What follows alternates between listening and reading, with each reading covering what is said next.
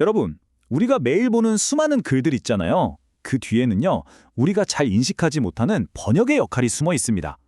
오늘 이 시간에는 인공지능의 엄청난 속도와 인간 번역가의 섬세한 감각, 그 팽팽한 긴장감 속에서 벌어지는 보이지 않는 싸움에 대해 한번 제대로 파헤쳐 보겠습니다. 이런 경험 다들 한 번쯤은 있으시죠? 해외여행 갔을 때 마주친 좀 어색한 메뉴판이라던가 아니면 제품 설명서에 적힌 황당한 문구 같은 거요. 뭐 그냥 웃고 넘길 수도 있지만 이게 그냥 웃고 넘길 일이 아닐 수도 있다는 거죠. 네, 이런 사소해 보이는 실수들이 전문적인 분야에서는 정말 심각한 결과를 낳을 수 있습니다. 잘못된 번역, 중요한 단어를 빼먹는 것, 어색한 문법 이런 것들이 하나하나 모여서 결과물의 퀄리티를 뚝 떨어뜨리고 때로는 정말 큰 오해를 낳기도 하거든요. 자, 그럼 이 문제의 해결사로 딱 등장한 인공지능에 대해 얘기해 볼까요? AI 번역 정말 빠르고 편해서 이제는 뭐 누구나 쓰는 그야말로 현대 기술의 총아, 그런 존재가 됐죠. 그런데 말이죠, 그 완벽해 보이는 모습 뒤에는 우리가 잘 모르는 함정이 숨어 있다는 사실 알고 계셨나요?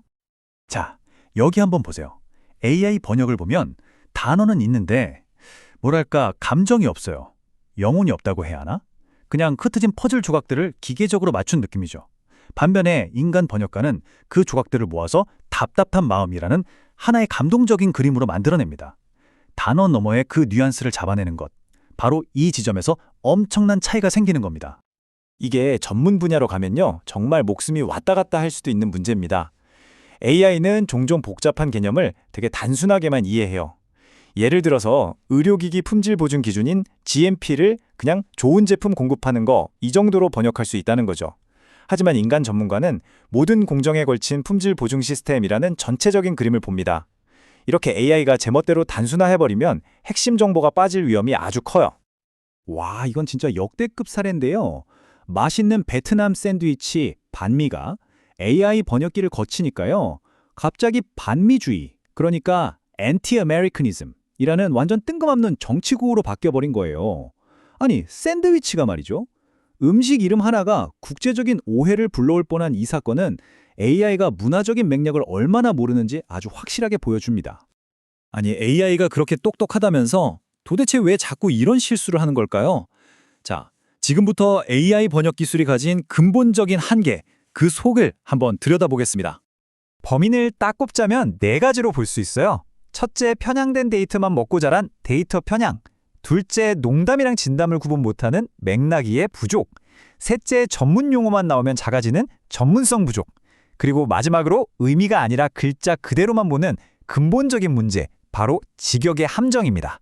이 네 녀석이 합쳐져서 바로 그 어이없는 실수들을 만들어내는 거죠. 방금 말씀드린 그 데이터 편향, 이게 얼마나 심각하냐면요. 예전에 김치를 중국 음식인 파오차이로 번역했던 사례가 있었어요. 이건 단순히 번역을 잘못한 걸 넘어서 한 나라의 문화적인 정체성을 왜곡할 수 있는 정말 민감하고 또 중요한 문제거든요. 자, 지금까지 AI 번역의 문제점을 쭉 짚어봤는데 그럼 이걸 어떻게 해결해야 할까요? 그냥 손 놓고 있어야 할까요? 아니죠. 이제 우리가 찾아낸 문제들에 대한 아주 흥미로운 해답을 보여주는 한 사례를 통해서 그 가능성을 한번 찾아보겠습니다. 바로 이런 고민을 해결하기 위해서 기계가 아니라 사람의 전문성에 집중하는 곳들이 있습니다. 오늘 저희가 살펴볼 사례는 전문 통번역 회사인 라벨라 컴퍼니인데요.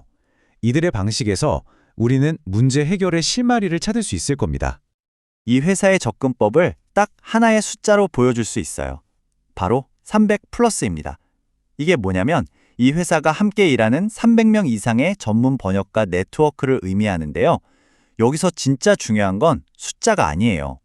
문제 해결의 중심을 기계가 아니라 사람, 바로 그 전문가에게 두고 있다는 철학에 담겨 있는 거죠.